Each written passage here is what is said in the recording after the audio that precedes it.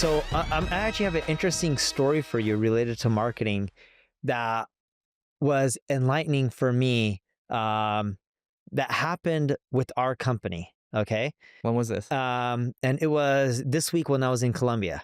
Oh, you're in Colombia? I was in Colombia. Wow. I just got back. Okay.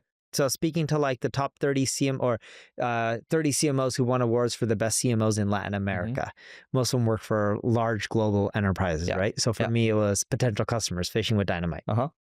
And I didn't get paid for the event, but the event was branded. Neil Patel's going to be here. My images were everywhere, even on their name badge. They put my image on their name badge and my agency name. Yeah. It wasn't our event. We didn't pay for it. It was a Forbes event. Yeah. And they were the ones giving out awards to the top CMOs in Latin America.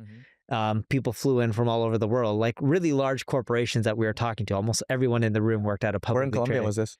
Bogota. Nice. But it was all publicly traded organizations. And something interesting that I learned from, not necessarily the community there, I actually learned two things that were interesting. But the first thing that was interesting that I learned from one of my managing directors in LATAM. So we have this company that pays us for APAC region, all right, work. And this company that pays us for APAC, it's a large global 5,000 or 1,000 company. It's one of the largest organizations. If everyone saw their logo, almost every person, consumer or B2B person, they would know who it is. Extremely large organization. And overall, they're happy with us, but they're upset with us in certain regions. So they're not happy with the work quality in certain regions. Because for that organization, some of those regions, they make very little to no money from. So they may give us a budget for a random region. I'm making up a region, Pakistan or something like that. And they say, we want you to do work here for $700 a month. Okay. You know, just as good as I know, you really can't do much for marketing for $700. You can't do anything. Yeah. It doesn't matter if you're going to have to hire people. So it's not that the parent organization or the company is disappointed. It's that some of the people, some of their employees who work in those regions like Pakistan will be like, we expect more from you. And then when they break down what they're looking for, my cost just for that region, labor's cheaper for like Pakistan, but we did the math on it, would be almost $5,000 a month. It's hard when you're getting paid less than 1,000 to go spend, call it $5,000. Like, we can't lose all that money. So then when we talk to the parent organization, the parent organization just expanded our contract outside of APAC. So they gave us a whole new region. I was just talking about LATAM. Hence, I brought up LATAM because I was talking to my managing director in Latin America. Yeah.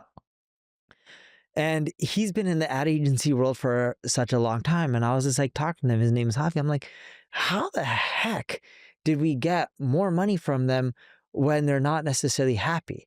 He's like, Neil, you're looking at it from a very different lens. And I was like, what do you mean? Globally, they're actually happy with the results. If someone's spending X dollars and they're making Y dollars and you're more profitable than the previous agency, you're doing a good job and they're happy. But you're always going to get some people grumbling within certain territories that they wish they would get more from you.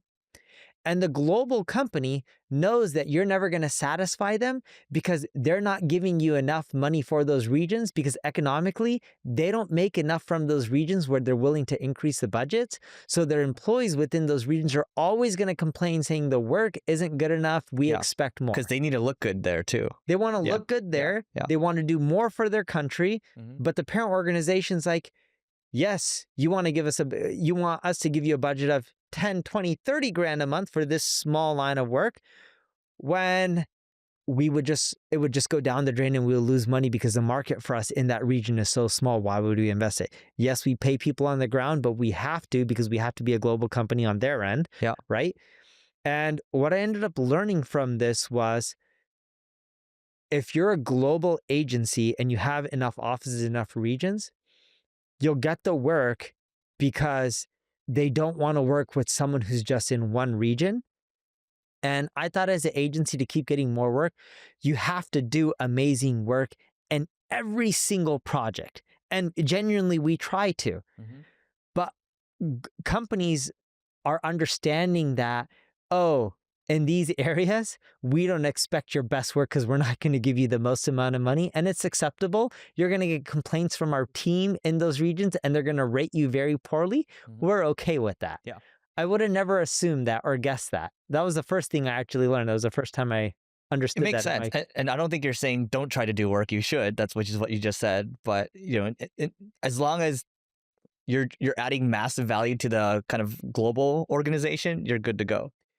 You're good to go. But as a founder, I look at it very differently than some of the people on my team. As a founder, if someone's not happy, and it doesn't matter whatever region, I'm just like, how can we do better? What can we improve? Where can we use technology to be more efficient and give them more value for the money, even though they don't have a budget? And I've never really looked at things from a big global company perspective because we're not that big. The cost of doing business. Cost of doing business, where some of these companies are in these regions because they have to be, and they're not willing to spend money, and they have employees, and they know their employees will never be satisfied because they're not willing to give them the budget. And we're still doing better than the previous people they paid, so the results are better. But you'll never satisfy the people because the people want a ton more money and budget, but globally they're just like, if we just give you the money, it's flushing money down the drain because in your country the TAM is too small and we can't make money. So that was the first thing I learned, and that was eye-opening to me on how global companies look at marketing spend. And in certain areas, they don't care if they get the best work because they're not willing to give you the money because it's just not worth it for them. And the regions it is worth it for them, they expect top tier results and a high ROI and the best work ever because that's where they make their money from. The second thing that I learned from being in Colombia, and I saw this speaking in a few other regions like Hong Kong, saw this in Singapore, saw this in Brazil, and the list goes on and on. In marketing, a lot of us like talk about LLMs and what we're doing with LLMs. Dude, most marketers have no clue what LLMs are and what it means. Not even an LLM?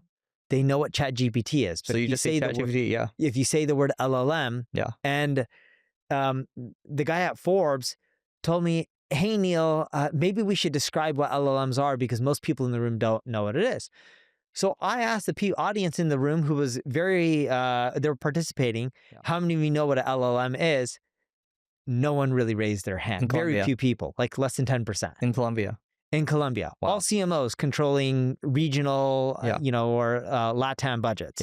So people who aren't controlling like 100 grand, I'm talking about people who are controlling millions and millions of dollars in spend, and typically monthly. And it was just interesting that they don't know what LLMs are, but if I ask the room, has anyone used ChatGPT? Do you guys know what it is? Pretty much everyone raises their hand. That's interesting. Yeah, it's interesting because it's the majority of people are still very surface level with this stuff, which is good, which is your opportunity, or any of you listening to this is your opportunity right now to get ahead. Yeah.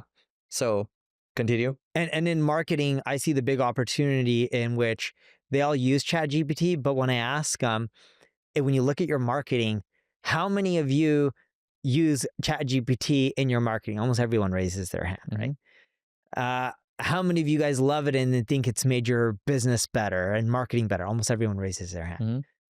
How many of you guys have seen an increase in traffic or revenue or leads by using ChatGPT? And I'm getting very specific here because that's what they're mainly using, right?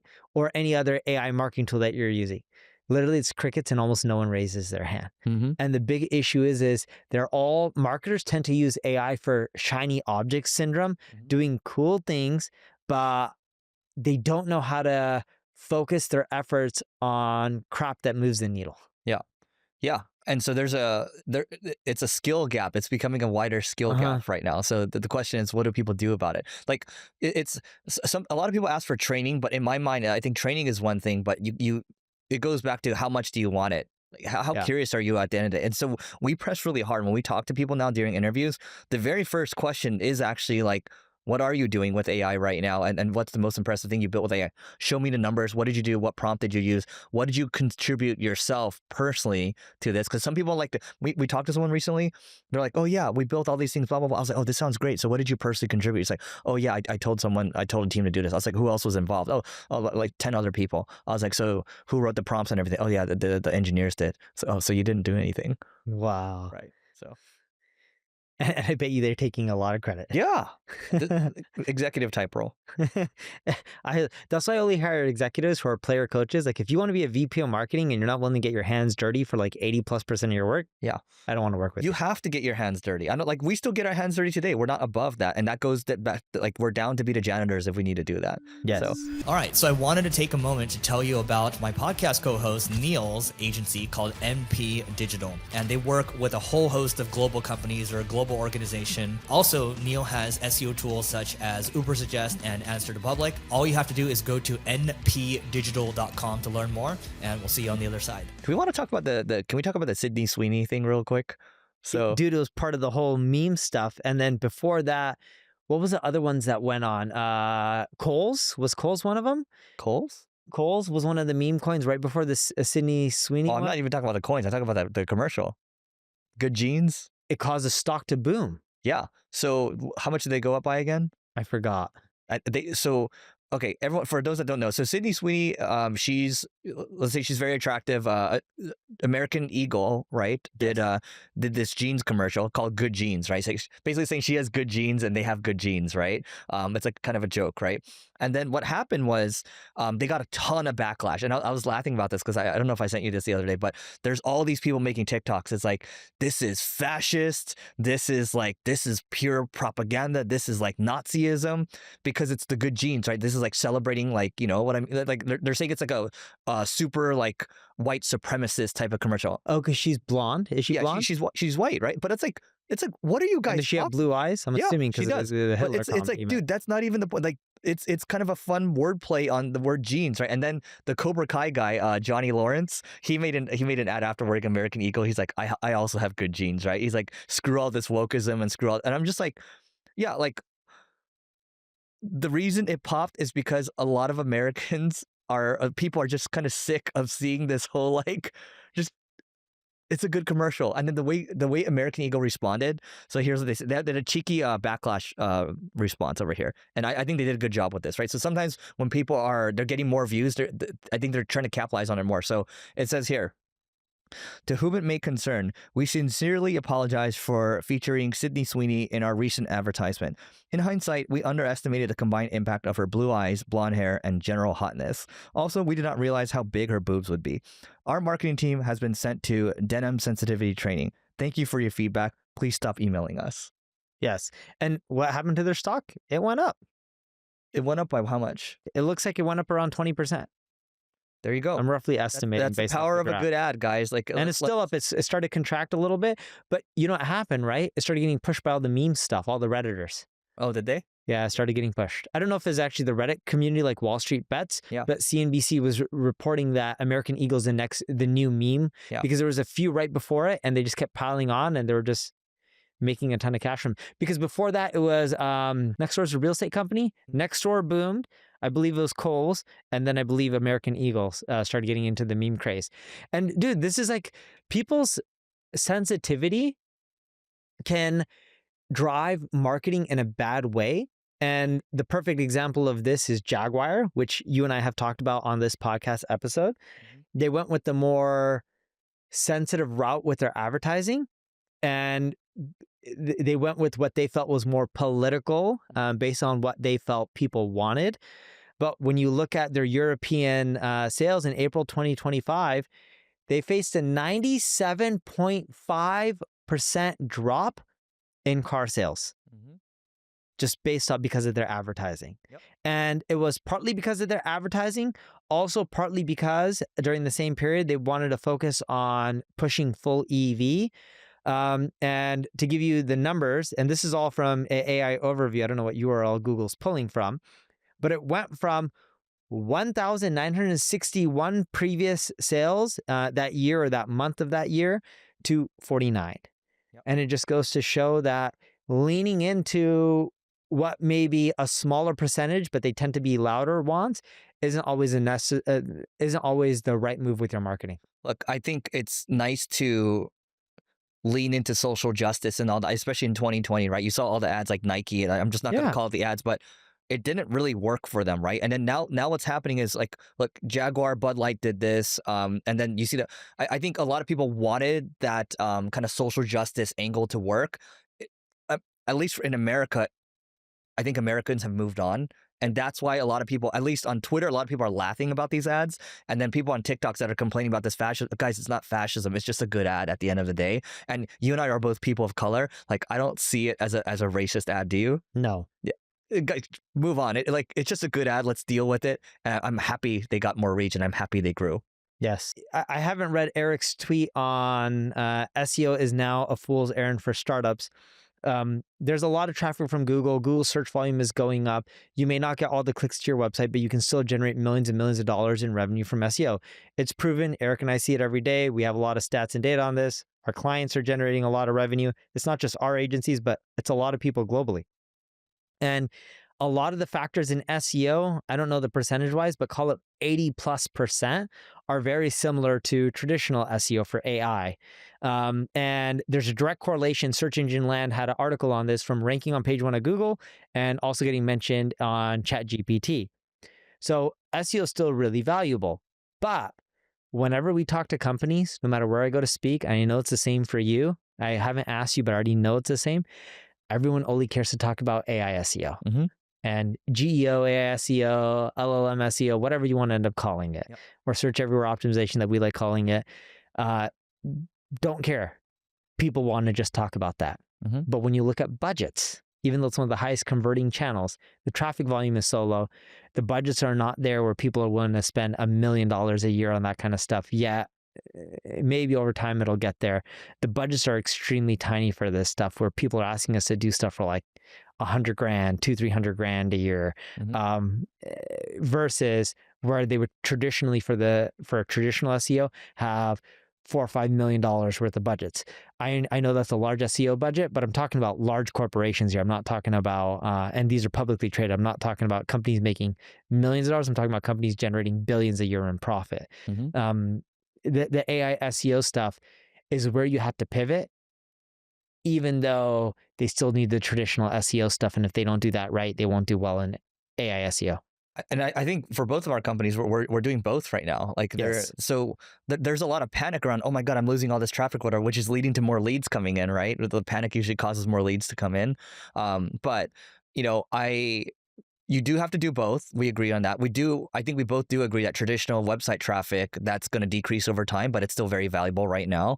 The reason why I call SEO for startups a full errand right now is Jason Cohen from WP Engine, he posted this, right? So he says, all my companies started with paid ads for 22 years. Of course, it costs money, but budget and messages are controllable. It's easy to A/B test and relatively easy to measure results directly.